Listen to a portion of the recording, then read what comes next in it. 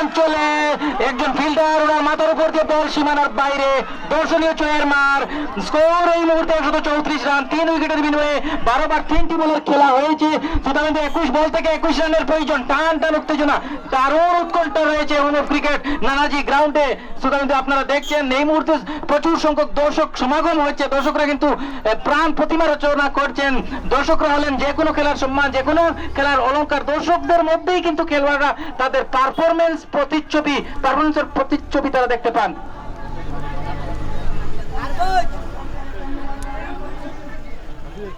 একুশ বল থেকে 21 রানের প্রয়োজন, টান টান উত্তেজনা। এই মুহূর্তে কিছুটা চালকের আসলে বলতে পারি ওএসডি নারায়ণপুর, তারা 150 রান করতে 50 রান তারা করতে নেমেছে। এই মুহূর্তে কিন্তু 4 হলো এবং বল প্রথমে উইকেট রক্ষককে ফাঁকি দিল, তারপর দুটি ফিল্ডার ছিলেন স্লিপে, তারা তাদের গা ঘেঁষেই কিন্তু বল বিদ্যুৎ গতিতে সীমানার বাইরে, সীমানা পেরিয়ে যায়। ওরা দর্শনীয় একটি 4 এবং দল পৌঁছল 138 রানে। 19 বল থেকে 17 রানের প্রয়োজন। প্রায় এই মুহূর্তে জয়ের যে সুভাষিত হচ্ছে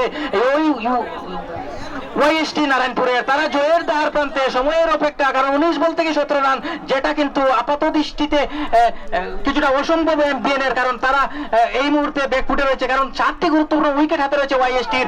একথা যখনই বলছি, স্কোর অঞ্চলের মাথার উপর দিয়ে বল সীমানার বাইরে, উপর জুপুরি ছড়া, উপর জুপুরি প্রহার। এর সাথে সাথে কিন্তু 18 বল থেকে 11 রানের প্রয়োজন। জয়ের সুবাব, জয়ের যে সেলিব্রেশন, সেটি কিন্তু কিছুক্ষণের মধ্যেই হবে। পুরাপুরি হতাশ, পুরাপুরি নিরাশা ও এমবিএন স্পোর্টিং বিদ্যার্থীপুরের পক্ষান্তরে ওয়াইএসটি নারায়ণপুর, তারা কিন্তু পুরাপুরি জয়ের সুবাসে সুবাসিত, জয়ের যে গন্ধ সেটা কিন্তু তারা পাচ্ছে। তারা কিন্তু সময়ের অপেক্ষায়, কারণ 18 বল থেকে 11 রান সহজ সমীকরণ। শ্রোতাবৃন্দ, দীর্ঘদিনের প্রতীক্ষার পর আজকে কিন্তু সেই প্রতীক্ষিত, বহুদিনের আকাঙ্ক্ষিত, বহুদিনের লালিত স্বপ্ন যে ওয়াইএসটি তারা যে জয়ী হবে, তারা যে ফাইনালের শিরোপার সাথে, এসপিএল এর ফাইনালের শিরোপার সাথে যে আলিঙ্গন করবে, সেই দিকে কিন্তু এগুচ্ছে। এই মুহূর্তে কিন্তু টান টান উত্তেজনা, কারণ 18 বল থেকে 11 রানের প্রয়োজন। সুপ্রিয় দর্শক, 4-5টি শট বা 4-5টি বলে কিন্তু ম্যাচের চিত্রনাট্য বদলে দিতে পারে। আমি বারবার করে বলে থাকি, এখান থেকে যদি কিছুটা নাটকীয়তার আবির্ভাব ঘটে, তাহলে কিন্তু এমপিএল এর কিছু হয়তো হবে, না হলে কিন্তু এই মুহূর্তে চালকের আসনে ওয়াইএসটি নারায়ণপুর এবার কিন্তু খানিকটা ব্যাটে বলে যে মায়াবী সম্পর্ক হওয়ার কথা, সেটি হয়নি। এটি একটি ডট বল। এই মুহূর্তে ডট বল আদায় করতে সক্ষম হয়েছেন বোলার নেবুল বড়ুইয়া। 2 বার একটি বল করে 21 রান দিয়ে কোন উইকেটের দেখা পাননি। স্বরূপ পাল 4 ওভার বল করে 53 রান দিয়েছেন, খানিকটা খরুচে হয়েছিলেন, একটু উইকেটের দেখা অবশ্য পেয়েছিলেন। শহীদুল বল ভুলস্কর 47 রানে রয়েছে, 27 বল থেকে 47 রানে শহীদুল বড়ুইয়া।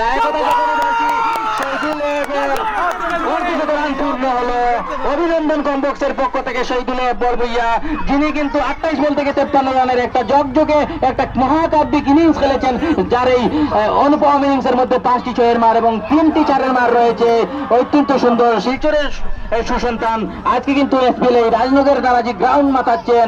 পক্ষান্তরে আজকে বেশ কয়েকজন বাইরে খেলোয়াড়, যারা যেমন রাহুল বর্মান, তিনিও কিন্তু উত্তরাখণ্ডের, এবার কিন্তু সুন্দরভাবে আলতো করে খেলে দিলেন। 1 রানের জন্য 1 রান অনায়াসে স্বাচ্ছন্দ্য মতো 1 রান পূর্ণ করলেন। 16 বল থেকে 5 রানের প্রয়োজন। জয় প্রায় কাছাকাছি ওয়েস্টার্ন নারায়ণপুরের। পক্ষান্তরে হতাশা, পুরোপুরি নিরাশার চাপে এই মুহূর্তে এমবিএন বিদ্যারতনপুর, কারণ 4টি রানের প্রয়োজন। 15 বল থেকে 4 রানের প্রয়োজন। 3 রান হলে জয় হবে। আর কিন্তু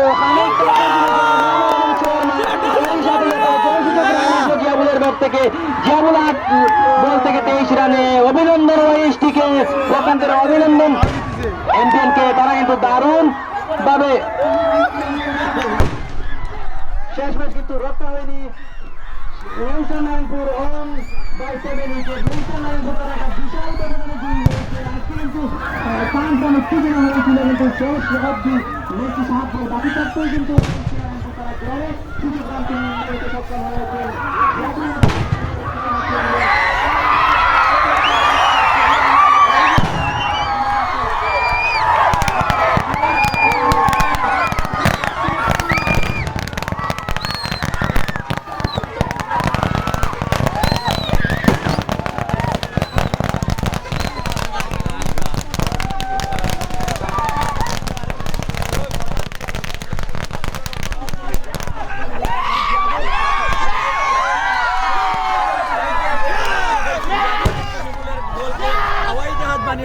What?